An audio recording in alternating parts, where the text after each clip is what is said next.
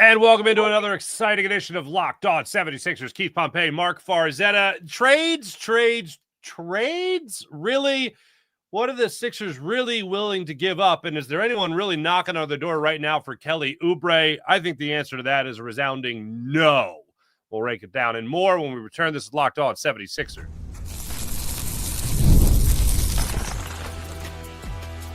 You are Locked On 76ers, your daily Philadelphia 76ers podcast, part of the Locked On Podcast Network, your team every day.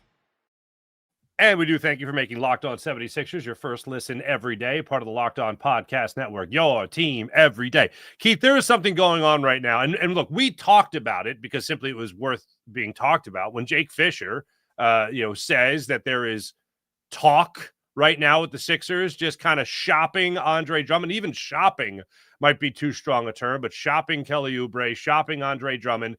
It's going to start speculation. What I don't like are the fake trade proposals that get pushed off in headlines as reports or as the Orlando Magic are linked to Kelly Oubre. The Denver Nuggets are linked to Kelly Oubre. No, it's somebody saying, hey, this trade might work. And I get working it out as far as the conversation goes. But to my knowledge, certainly to your knowledge, I don't know of anyone that has reportedly called the Sixers and said, what would it really take to get Andre Drummond or Kelly Oubre? Have you heard anything of people actually knocking on the door with a significant trade proposal? Nah, not right now. No. I mean, here's the thing. Like, when you look at it, so Kelly Oubre, the thing about Kelly Oubre, I think that he will be the type of guy, and Andre Drummond, to be honest with you, who their trade stock will probably go up closer to the trade deadline. Because here's the thing, right now what the 76ers want, according to Jake Fisher's article, is that they want a salary dump. That's basically what they earn. They want a team to be able to take on these contracts. So in change, they may get like second round picks or something in return, or they may get a guy who is on the final year of his deal, non-guaranteed contract, and they'll just up and waive that player. For Kelly Oubre and Andre Drummond, if they have a really good season, they will be more valuable to an NBA team at the trade deadline, a team that is trying to look for pieces to help them win a championship, right?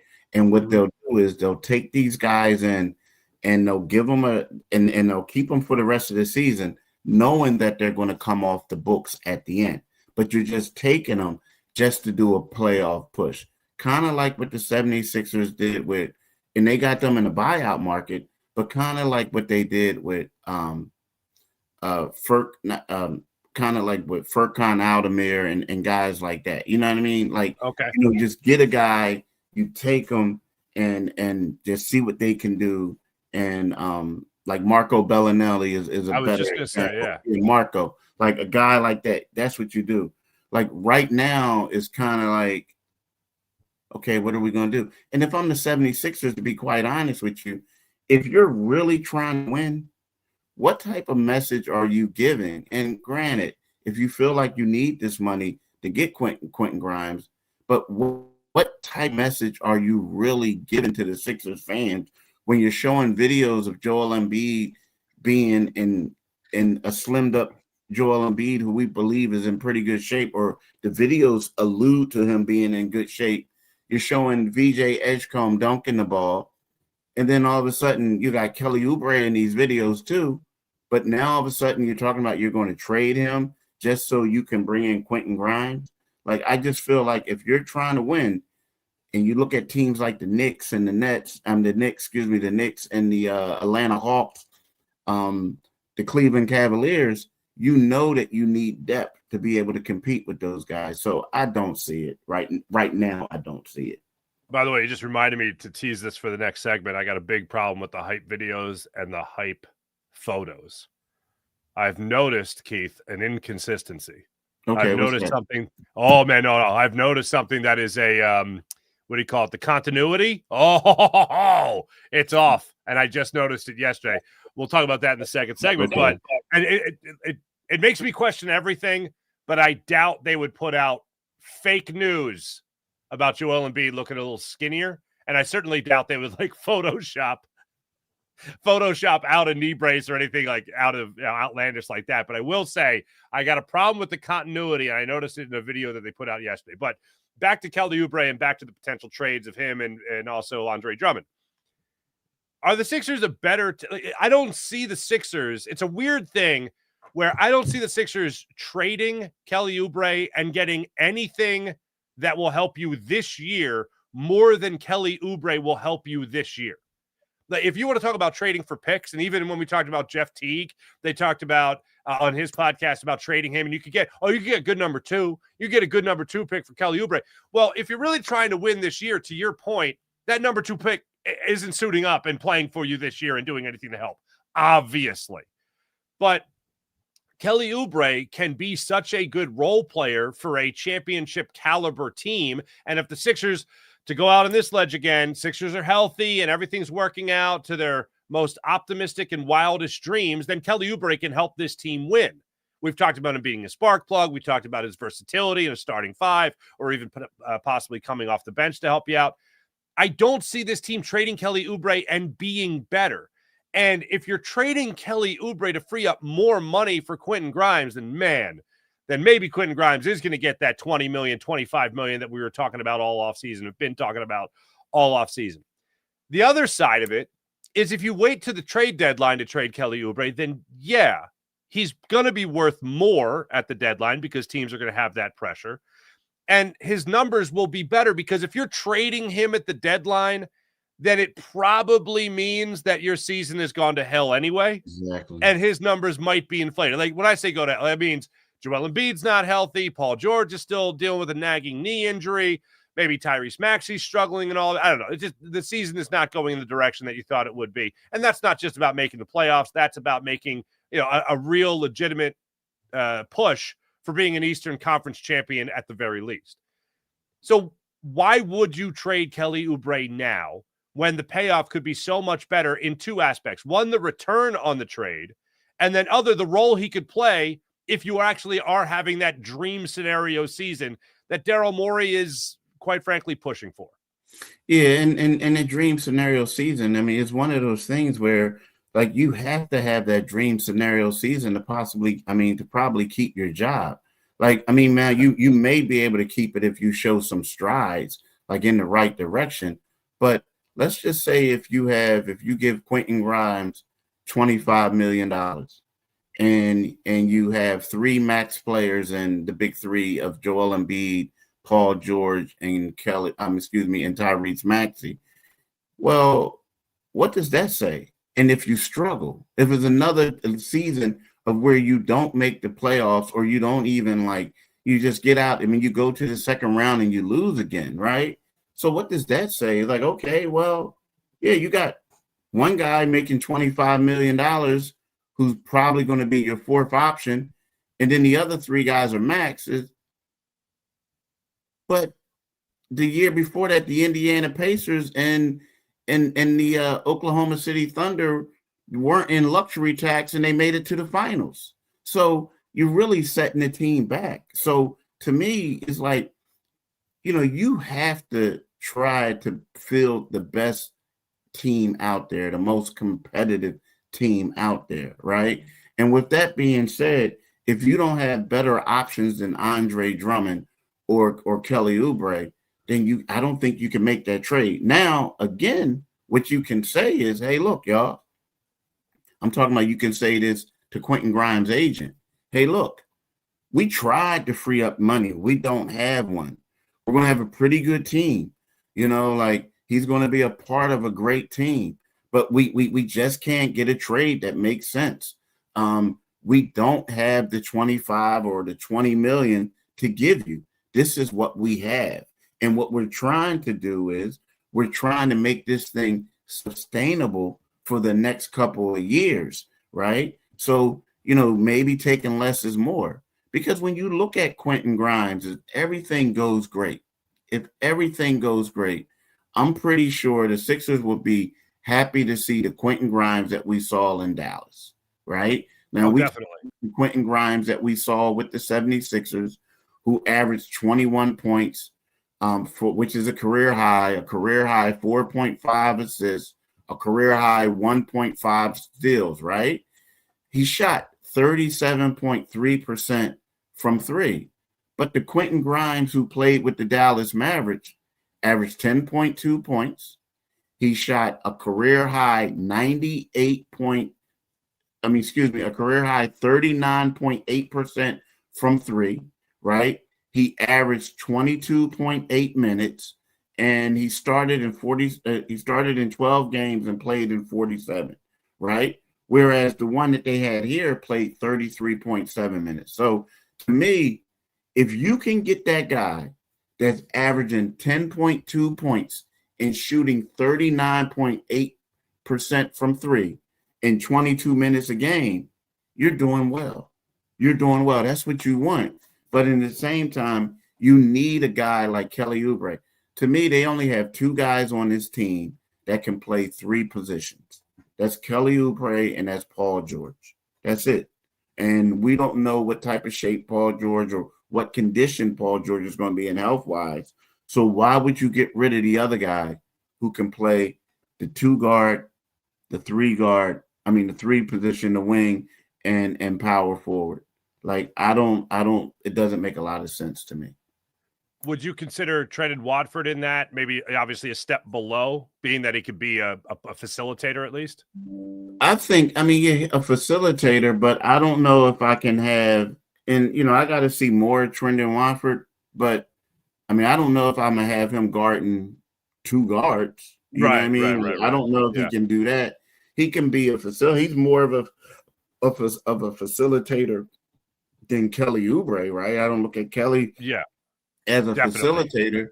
But the difference between, here's the thing. This is where you realize, and the thing that people underestimate Kelly's athleticism. So you have Trendon Watford listed as a power forward who's 6'9", right? But then you have Kelly Oubre and Paul George both listed as wings at 6'8". They're extremely athletic. You know what I mean? They just are. Mm-hmm. So, they're different. They have different body types now. They're 6'8", but I'm just saying, like, one of them is a wide receiver and the other one's a tight end. You know what I mean? Like, it's just right. Yeah, it's different. Yeah, I find that really interesting. Last thing I even said this yesterday. I didn't want to get into the Jeff Teague so much, but one of the things that has been rattling around in my brain, do you think players really buy into what they were saying on that show, where if you're 6'6" or 6'4", or you're 6'10" or 6'8", there's really no difference if you have the right skill set? Because to me, I think size kind of matters. And right after that is athleticism, where if you have great athleticism, you could guard just about anybody. Like, I look at Ben Simmons is one of the greatest basketball athletes I've ever seen play the game. He could D up anybody. Do you buy into that, where if you're talking about guys that are, 4s and 3s, that's 6'9", the 6'8", the 6'4", it really doesn't make that much of a difference? I think it makes a difference. But I do think that there are some guys who, like, for instance, let's talk about Charles Barkley, 6'5", right? Okay, but sure. Charles Barkley also had crazy long arms. He was extremely athletic. It's kind of like, Spud Webb, for instance. I'm just saying, a smaller guy, but he was blessed with superhuman hops. So in order for you, like, you can be like a Dwayne Wade type, who was 6'4", whatever. He played the two, but Dwayne Wade was super special when it came down to athleticism. Things that we really didn't think about, but when you do his measurables, he was like off the charts. So I think that the average if you take the average 6'4" guy and the average 6'6", 6'7" average, well, you got to go with the 6'6" or the 6'7".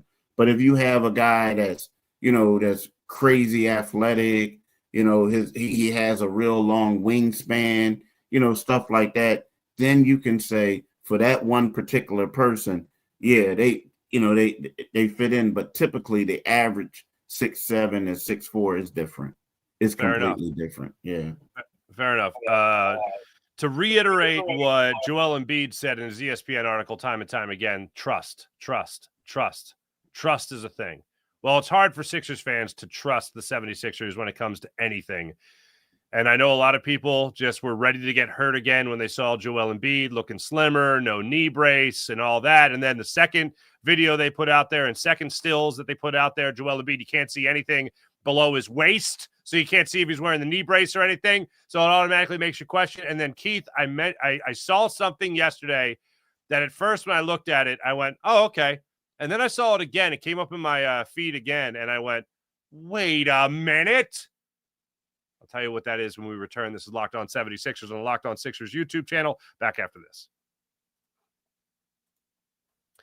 Right now, let me tell you about Monarch Money. Most people can't name all their financial accounts or even what they're worth, whether it's 401ks, properties, investments, whatever it might be. The full picture you need to get, and Monarch Money can help you get that full picture.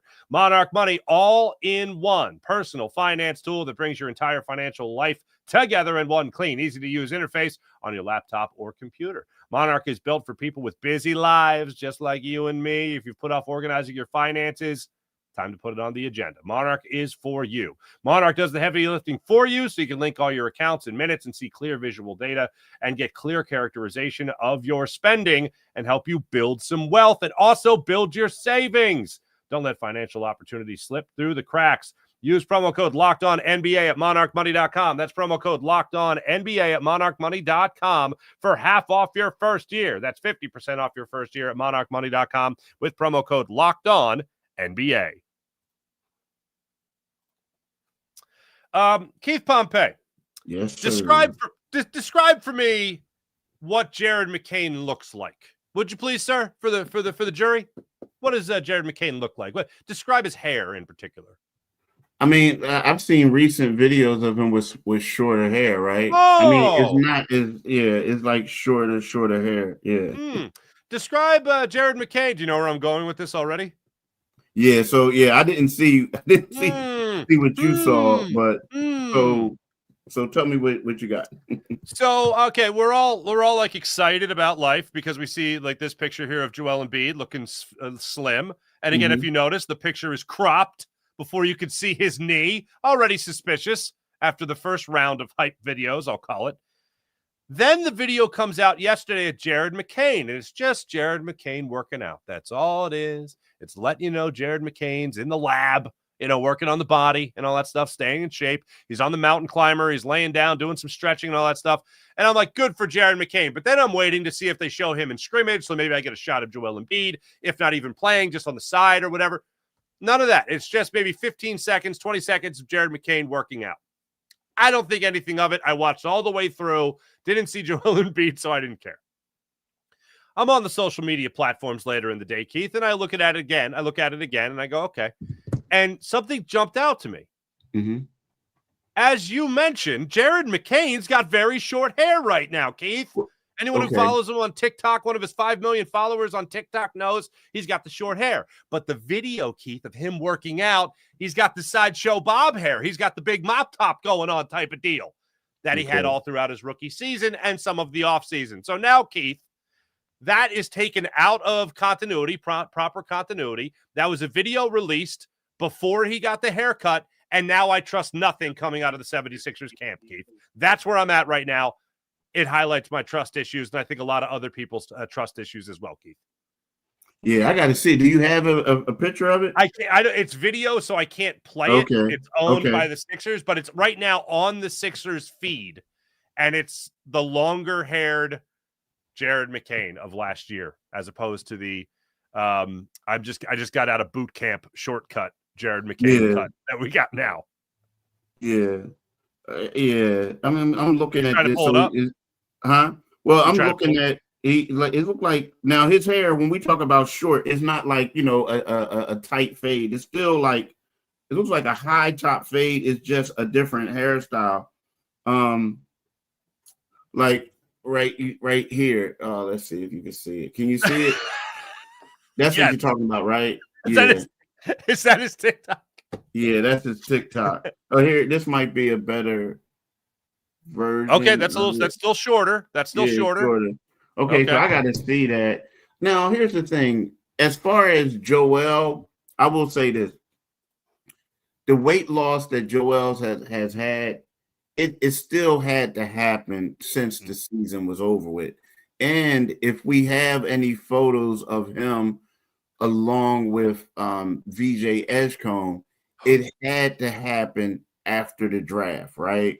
And if Jared McCain is with him with that, because Joel was bigger before then, and then you can't really Photoshop VJ Edgecombe. So, if he lost the weight, he did lose it. Now, I did ask somebody, I asked if Joel was out there practicing with the team and participating in the scrimmages. You remember when I said he had the white on, the white shirt? And the person said to his knowledge, Joel is just shooting, doing certain shooting things. Okay. So he's not that, so it makes sense. The question that I have is, now don't get me wrong, all this stuff is encouraging, and the things that you said, all this stuff is encouraging.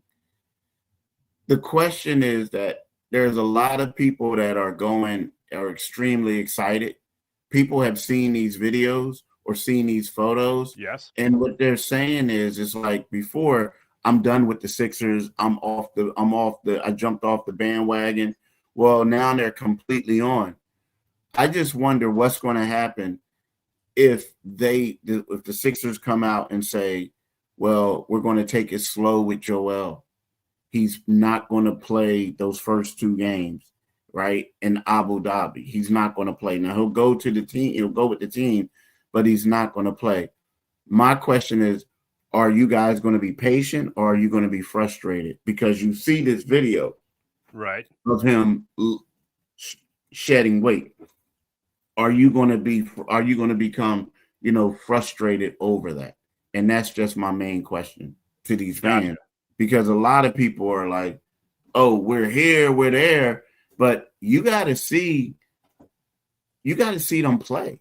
You just can't go by someone losing weight. You just got to go and see how they play, how everyone meshes. So we'll see. All right. I am physically trying to pull up the image right now of Jared McCain so everyone can get exactly what I'm talking about here. You just showed the visual of him with the short hair, which is current, obviously. Mm-hmm. And we've seen even at the Xfinity Mobile Arena unveiling, we saw him with the short hair. And then here's a still of the shot yesterday. Keith, I rest my case. Oh, wow. My trust issues. Yeah. Wow. Everyone's trust issues.